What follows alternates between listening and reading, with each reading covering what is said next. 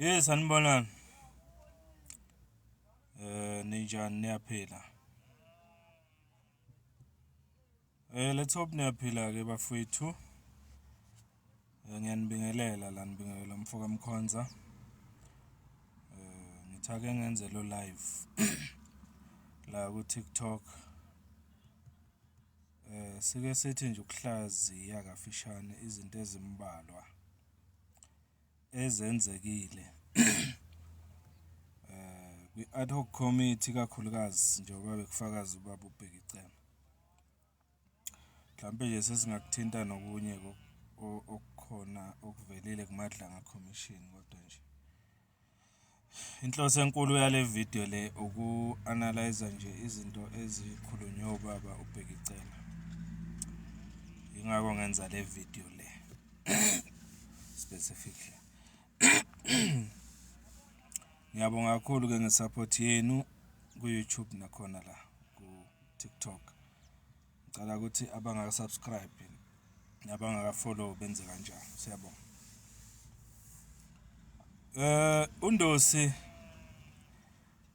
ubaba uBhekicelo simbonile ke cishe sonke efakaza lapha ku ad hoc committee kule viki. 2 days. That was Thursday and Friday.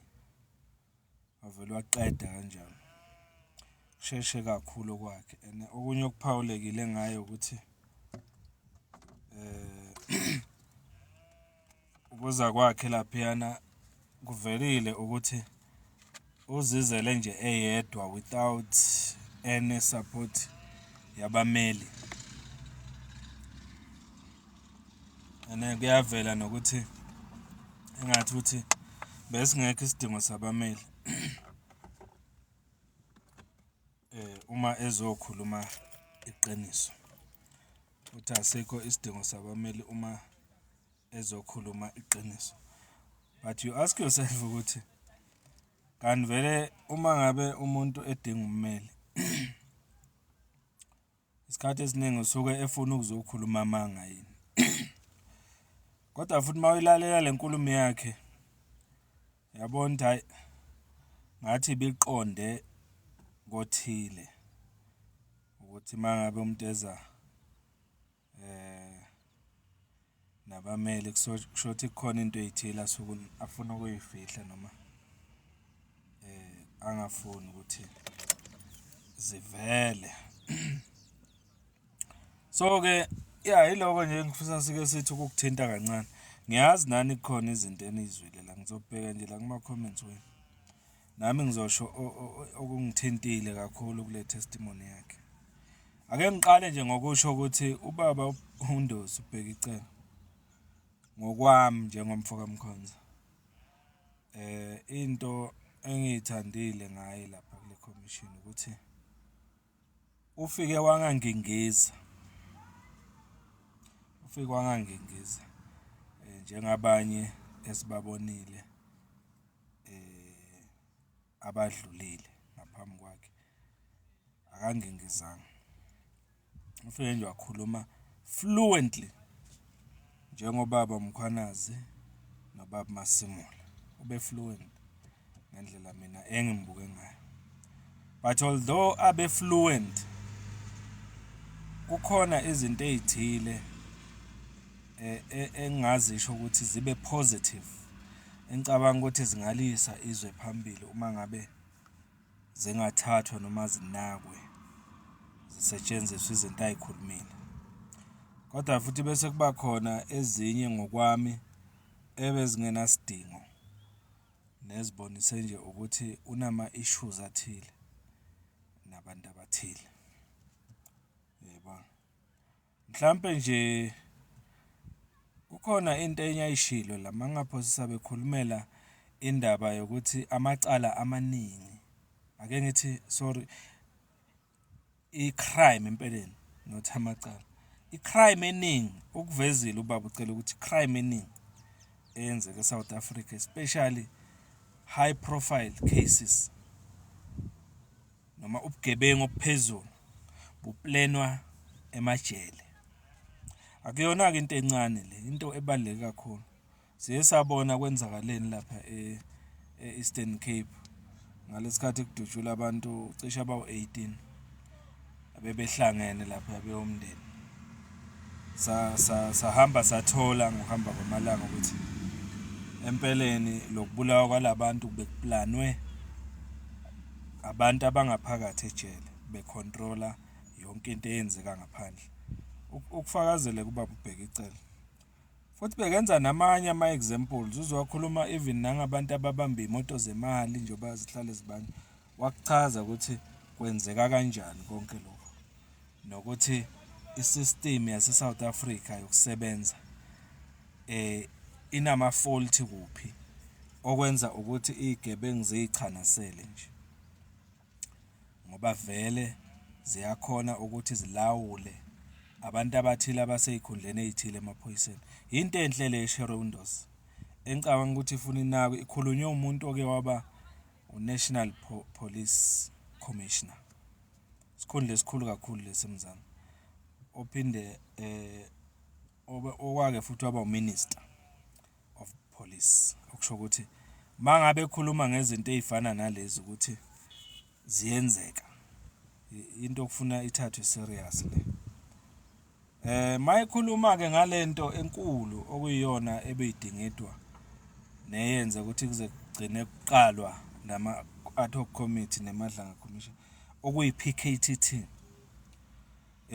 Ngicabanga ukuthi kunokuthile esikuphawulile nesikuqondayo manje ukuthi kahle kahle akahambisani nesinqumo esathathwa sokuthi kuvalwe i-PKTT noma i-dissolve ngalendlela okwenzeka ngayo. Ahambisani nalokho. Uyamuzwa ukuthi unezinto eziningi ayigxekayo ngoMinister uMchunu ngendlela abakwenza ngayo lokho noShedrack Sibiya nabanye. Akahambisani nakho. Uthi nje kahle kahle i-PKTT kunokuthi ivalwe ngenxa ukuthi mhlawumbe ibonakala inake kakhulu iKZN nokuthi idla imali ethile ibe isebenza iKZN kuphela nani. Uthi kunokuthi ivalwe bekufanele ukuthi iPKTT ikhuliswe ifakwe kuwo wonke ama-province. Isebenze kuwo wonke ama-province because yenza umsebenzi omuhle kakhulu.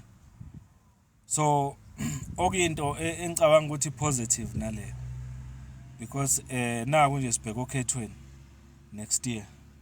Njoba sibheka okhethweni next year kusazoba nalowo mshikashika ukuthi abantu abazongenela noma abanesifiso sokungenela ukuba amakhansela bazoqala manje bacuthelwe endleleni igelekeqe zifuna ukubanquma njalo njalo. So iPKTT le yenza ukuthi even nomuntu okuwukuthi manje usakucabanga ukuthi avimbe umuntu othile ngokuthi ambulale kuze angabe ikhansela acabangisise kahle ngoba iPKTT ikhona izolilandela lolo daba agcine lowo muntu awungena ezikhindini.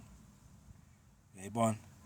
So iPKTT ngokukandosi iyadingeka ukuthi iqhubeke futhi ke ngicabanga ukuthi ngoba kukhulume yena izoba namandla kakhulu lento ayikhulumile yokuthi iPKTT mayingapheli kuze abantu bazokhululeka. Not just indaba zamakhansela, because iPKTT bese yenza nje imisebenzi eminingi high profile cases njengoba sibona nje seyigcine isebenza nezinto ezingathinti ipolitiki per se noma directly ithinta oMatlala noKatiso Mlife. Siyabona ukuthi bese ila eyithendeni zeyigelekeqe ezinkulu So uma ethi undosi ayiqhutshwe kunokuthi dissolve ipoint elikhulu lelo okufanele ukuthi silinake futhi yenziwe ngendlela eright. Kuningi bakithi akukhulumela undosi ngeke ngikhona ukubala konke nawe ukuzwile okunye. Kodwa ke ngibuye kuloko ke engikugxekayo. Yabona before ngifike kuloko engikugxekayo ake ngichazela. Into engiyinotisile ngoNdosi maye fakazi ngitholile ukuthi i relationship yakhe nobaba uMchunu uMinister uMchunu ayikho right, ayikho yinhle.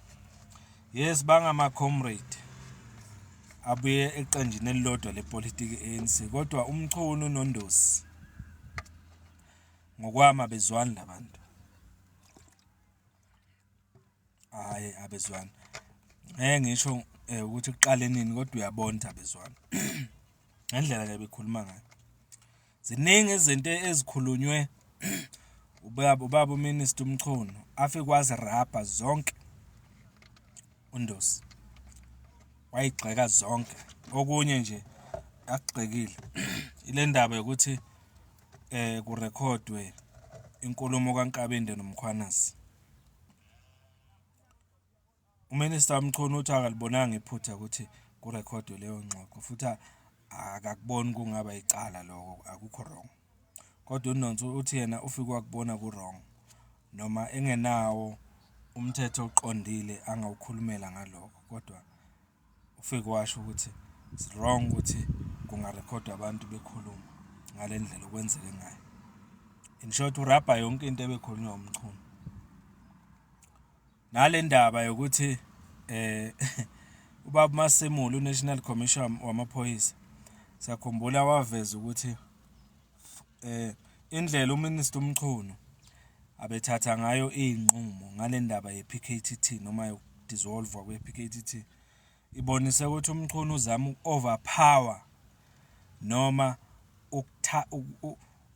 ukuthatha amandla kaNational Commissioner awenza awakhe. Yabona? So ngokukandosi uthi uNdosi uNational Commissioner kahle kahle uyena onamandla over uMinister of Police, because uyena uNational Commissioner owazi izinto zokuphoyisa ama operations and everything, and uyena uNational Commissioner okufanele athathe ama decisions amakhulu ngokuqondene nezinto okufanele zenziwe esiphoyiseni, not uMinister. Yabona? Ukuphambanayo naloku okukhulunywa uMchunu ukuthi mhlambe yena njengoMinister mhlambe ngandlela thile akaziboni enamaphutha ngokuthi wathatha izinqumo ezithile engavumelananga no-National Commissioner esiphoyiseni okuwukuthi i-territory leyo ka-National Police Commissioner ubaba uMasemulu. Rabhe into eziningi uNdosi. So kodwa bengifisa nje ukuveza ukuthi i-relationship kaNdosi noMchunu hayi ungazi impela usho ukuthi hayi la kukhona intombi abayibanga noma bake bayibanga ngoba hayi cha indlela bekhuluma ngayo ibonisa nje ukuthi akanandaba la. Angazi noma yingenxa yalento le yayithola yini kuKhethi Matlala ngoba uthi baya lapha eBeverly Hills ehotel eThekwini no Khethi Matlala bahlala baxoxa. uKhethi Matlala emthamdela indaba ngomchunu ezazithinta kwayena ubheka icelo nomsholozi ukuthi no athi uKhethi umchunu wathi ucela kufundwa ukuthi a campaign ukuze abe upresident weANC bangasebenzisana ezintweni ezithile, kodwa ucela ukuthi uKhethi angamfaki noma angasondelani noNdosi noma noZuma. Mhlambe kunama details athile lapho okuthi mhlambe noma engawashiranga uNdosi, kodwa kunento ezithile mhlambe okungenzeka zenza uMchunu azasho njalo kuKhethi Matlala.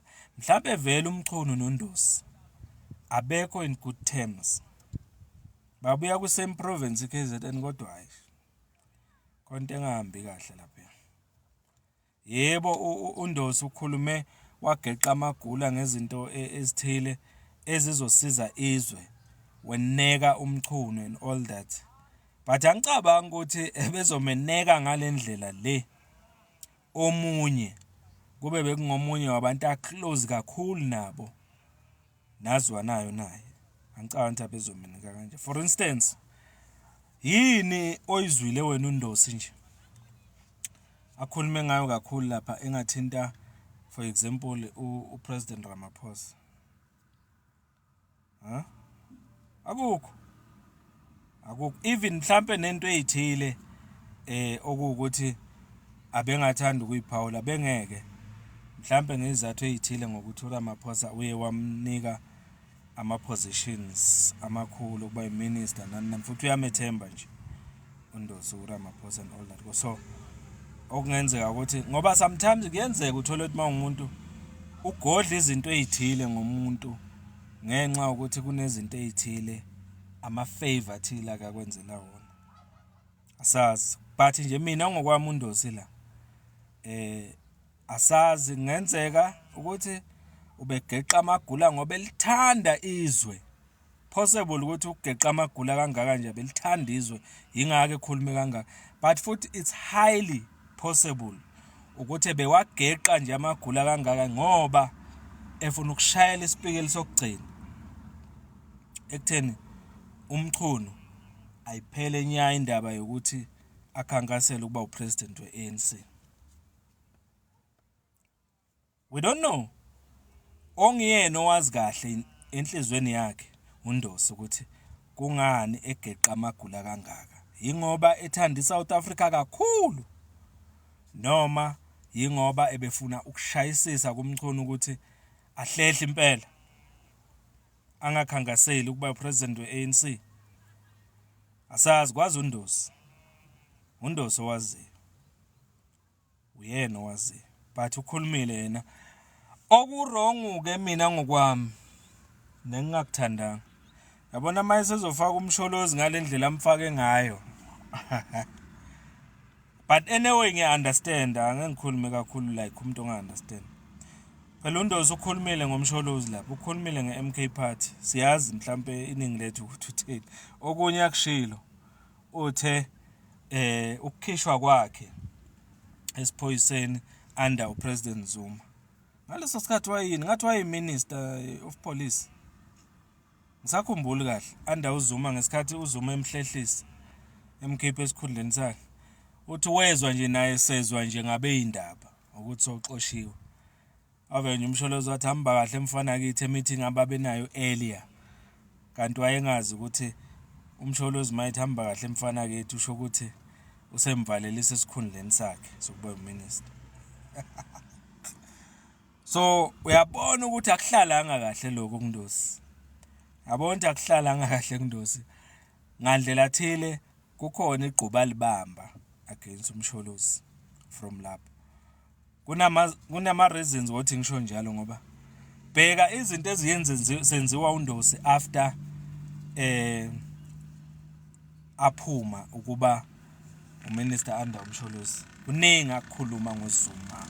Even ngesikhathi uRamaphosa sekhankasela ukuba upresident weANC ngalezo ikhathi lezo uZuma sezophuma uZuma ekhankasela umama uNkosazana Dlamini Zuma ubheka icele ungomunye wabantu abaphuma bavelo bala bastanda against ubaba uZuma nomama uNkosazana Dlamini Zuma ungomunye wabantu abagxeka kakhulu ukuthi uZuma uindosa mangayibeka kanjalo uindosa uNDZ ukuthi alandeleni waze walikhuluma impela igama uNdosi lokuthi umsholozi ufuna ukufaka umfazi wakhe ukuthi abe next president kwakukutshela ukuthi uNdosi ngaphakathi uyabila ngomsholozi ngento ezithile umsholozi akazenza kuye. So therefore we understood thina esimaziyo neswaziyo lumlando wakhe nomsholozi especially lo mncane nje ngesikhathi kusaphethe umsholozi ukuthi waphatheka kanjani vele mina njengomfoka Mkhonza nje personally engicabanga ukuthi nabanye they share the same sentiment mina bengilindele ukuthi uNdosi kukhona into azoyisho lapha bengisho ukuthi kukhona into azoyisho ezobishaya ekhanda kumsholozi bengikulindele mina lo ene bengilindele futhi ukuthi kukhona into azoyisho ezoshaya ekhanda kwiMK party enokwenzile besikuphi nje isidinga sokuthi akhulume ngalomlungu lo bani lo mlungu lo kuthiwa uphethe amazamazama ukuthi lo mlungu funda iMK party besikuphi isidingo salo ngoba uyabona ukuthi ukufaka kwakhe indaba yalomlungu lo ukuthi ufanda iMK Party bese kunenhloso nje ethile nje eseceleni yokuthi ushaye iMK Party ke manje. Ushaya umsholuzi ke manje. Yayibona? Kodwa akusigqizi iqakala, sigqizi iqakala thina lo. Akusihlupna kancane. Akusihlupna kancane ngoba akuhlangene vele. Nalento abeyikhuluma lapha ngokwami. Akuhlangene. Nale ukuthi yini enye kodwa ayishilo. Hayi ngoba undosi. Khulumela impela yena kodwa nje kuningi bafethu nani mhlambe nizongikhumbuza mase ngibheka ama comments la. Izinto ayishilo. Especially ngoZuma neMK Party. Bengifuna nje ukusummarize ukuthi ngokwami ungibonisela undosi ukuthi he still has an issue, not just an issue, a big one against uMsholozi. Yes, ukushilo ukuthi uMsholozi is his commander kwi-MK. Ngoba yena ukubekile undosi ukuthi although yena ezundosi engakaze abe ucommander empilweni yakhe especially kwi-MK kodwa ebesebenza as commissar under the commandership of uBaba uZuma. Yes, ukuvezile lokho. He never lied. Okusho kona ukuthi kuningi undosi akufunda kumsholozi. Kuningi futhi okuhle abengakusho ngomsholozi. But he chose to say the negative. In short ngaloko ngithi mina njengomfuka Mkhonza undosi uchoose ukukhuluma okunek. In short uchoose ukusebenzisa ipolitiki kakhulu uma ekhuluma ngoZuma neMK Party. Ube political kakhulu lapho than ukuthi akhulume nje natural or freely as a witness, but ufake ipolitiki lapho mina ngokwami ngoba ebesezama ukukhankasa against iMK Party ngayo yonke lento abesayisho ngoZuma. Ekubeni asebenza iminyaka under uCommando Zuma all these years kodwa uchoose nje just only lokho akukhulumile okunegative ngoZuma name. But we understand vele waphuma ebuhlungu esikhundleni sokuba iminister ngesikhathi kusaphethe uMsholozi. Bese ngayilindela into ezifana nalezi. And say Party naye uMsholozi ngisho ukuthi uready ukuthi uma kunesidingo sokusidefenda ezintweni ezithile ezikhulunywe ucele lapha uready ukuzidefend neMK Party futhi MK Party already isisikhiphile statement so ukuthi yayiqhelelanisa nento eshiwo ubheka icele ukuthi iMK Party fundwa umuntu oyisikhohlakala oyisigebengu ngokusho kwabheka icele lo yambani bani Louis Listenberg obani lo yamlungu okuthi uphethe amazamaza MK iqhelelanisile nayo yonke lento ethi akunabufakazi ba yonke lento eshiwo undosi so undosi even noma bembuza lapha ku-commission ukuthi bukhona nobufakazi balento ishoyo uthi akanabo ubufakazi anabo nje ukuthi wambona lo mlungu ezikhulumela yena public ukuthi usupporta iMK Party and all that futhi wayibona iMK Party umsupport ecaleni lakhe elihamba enkantolo ibona ubufakazi kanabo undosi okusho kona ukuthi uzama ngayo yonke indlela ke manje angazama ngayo ukuthi adicilele phansi uZuma neMK Party engenabufakazi obuphathekayo anyway bengidlula nje lapho sihlaziya undosi la although nami njengomfuka Mkhonza ngibe happy ngezinto ezijila ishilo kwi-committee hayi kodwa kunezinto futhi ezinegative ayishilo and ngisengakusho lokho ake ngikhulume specifically ukuthi ngathini mhlawumbe ngondosi noKhethi Matlala because laphana bambuzile kakhulu bajula nje impela ngaye noKhethi Matlala ukuthi bazana kanjani mina nje umfowami Mkhonza I believe ukuthi akasiniki enough information undosi ngoKhethi believe athi kunento ezithila angayishongo okuthi mhlambe ukube bengazisho bezingeke zimbeke kahle. Uyabona? Ngiyakholelwa mina njengomfuka Mkhonza kuloko ukuthi uye wazigodla lezi zinto ngamabomu. Uyabona? For example, ake sikhulume le ndaba yokuyolala emzini kaKhethi Matlana. Ngoba uwalala laphayana emzini kaKhethi Matlana uNdoza akakuphikanga futhi lo. Yabona lokuthi nje uNdosi ebelala emzini kaKhethi Matlala nokuthi bebakhona ukuhlangana emahhotela abizayo phezulu koBeverly Hills eDurban. Ngiyakutshela labantu bayazana lapha. Bayazana but it's just that asazi ukuthi bazana kangakanani.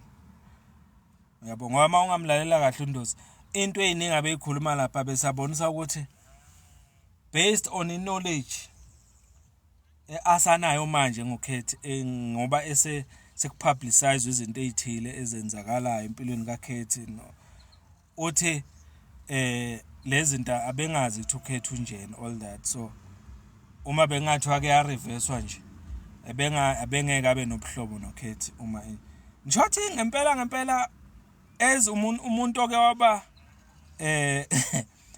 as umuntu oke waba i-National Commissioner yamaphoyisa all these years, waba i-Minister of Police all these years. Ngani wazi ezinkulu izindaba zabantu ababamba imoto zemali ngishothi abengazi lutho ngempela ngoKhethi. Manibheka nina. Ngoba manje ulingisa yena umchunu kuleyo ndawo mina ngokwami. Ngoba nomchunu wathi mayebuzwa lapha na ngoBrown Mokgotsi. Wathi umazeze comrade and all that. Kodwa manje based on information aseyithola public ngomkhothi ebengeke aze abe close nomkhothi kanje. Ngicela nocele ukhulume sort of into efanayo ngoKhethi. Ngoba manje ubeka isithombe sokuthi kithi sikholelwe ukuthi yena noKhethi bazana ngoba ayengamazi ukuthi umuntu oganga kodwa wayemazi nje just as an ordinary businessman nje osebenza kahle nophumelele ebusinessini. Niyayibona le ndaba. So mina njengokwami kule ndaba kaKhethi Matlala noNdosi ngisenemibuzo eminingi. Ngisenemibuzo eminingi vele ukuthi lo buhlobo bakhe noKhethi bebudiphu kangakanani. Anganeliseki ngezimpendulo zakhe. Anganeliseki ngempela. Engicabanga nengikholelwa ukuthi sesiyosala sithembela kuye uKhethi Matlala. Asazi ukuthi uyoba umuntu kanjani uma engabe yoke anikwe naye ithuba lokuzofakaza ngandlela thile. Asazi ukuthi possible yini ukuthi afakaze. Mhlawumbe uyositshela ama details ngokwazana kwakhe noNdosi. Aphinda asitshela ama details okwazana kwakhe nomchunu. Aphinda asitshela nama details okwazana nabanye singabazi okungakakhulunywa ngabo kuze kube manje ngoba kuyasho ukuthi this guy knows powerful people up there. So hamba sithole kodwa ngokuhamba kwamalanga. Yebo. Hayi angabi mude bafethu. Ngigeqa amagula engathi ngiyemuka bengidlula nje la. Ngithi nama ke ngiveza uvo lwami ukuthi indaba kaNdosi ukutestify kaNdosi ngibuka kanjani. Ngivezile ke la ukuthi ngihappy ngezinto ezithile uNdosi ayikhulumile. Nabhobokile ngazo izinto ezifana nokuthi akekho happy ngokuthi iSouth Africa ispenda 13,000 rand ukunakekela isiboshwa ngasinye 13,000 per head. Isiboshwa ngasinye ejele sikuzwile ngoNdosi ukuthi sinemali yaso nje allocatewa nje ebheke leso siboshwa ngenyanga 13,000 rand. Ekubeni abantu abangaphandle abangaboshwanga njengawe banikwa u350 ngenyanga. Bengayazi mina le information le ukuthi siboshwa ngasinye sinemali allocate engaka 13,000 siyahola sifana nomsebenzi vele isiboshwa sihola ukudlula umuntu ohleli ngaphandle ongagangi isiboshwa si-rich ukudlula umuntu ongagangi ngaphandle thola 350 wena lapho uhlela uganga isiboshwa lapha sine 13,000 yaso nje ethi sona siyabonga Ndosi nge-info enjalo nenye info kayivezile nje kuhle lokho but still njoba ngisho akukho soka lingenasici naye unezinto ezithile engikhalile ngazo ngiyivezile ke la mhlawumbe uzobuyela emva mangabe le video usuyithole iphakathi ngiyivezile engikhala ngazo ngoNdosi ngayiveza engiyithandile ngoNdosi njalo njalo sengiyobheka nje kuma comments ukuthi wena njoba uhleli lapho uyibuke kanjani indaba yokutestify kaNdosi lo 2 days lapha ku ad hoc committee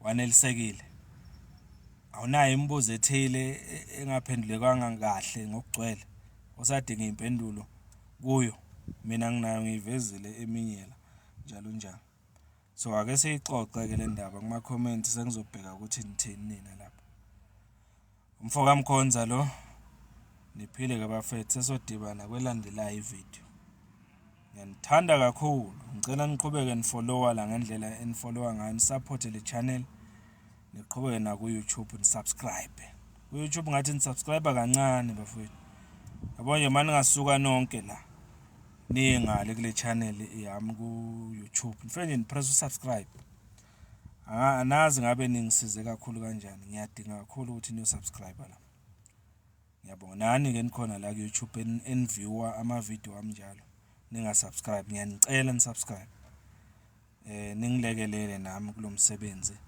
engwenzayo la nabanye abafowethu abanama podcast ukunilethela zishisa kanje siyihlaziye futhi nani ngiyabonga niphile ke bafethu umfoka Mkhonza lo bafethu thank you so much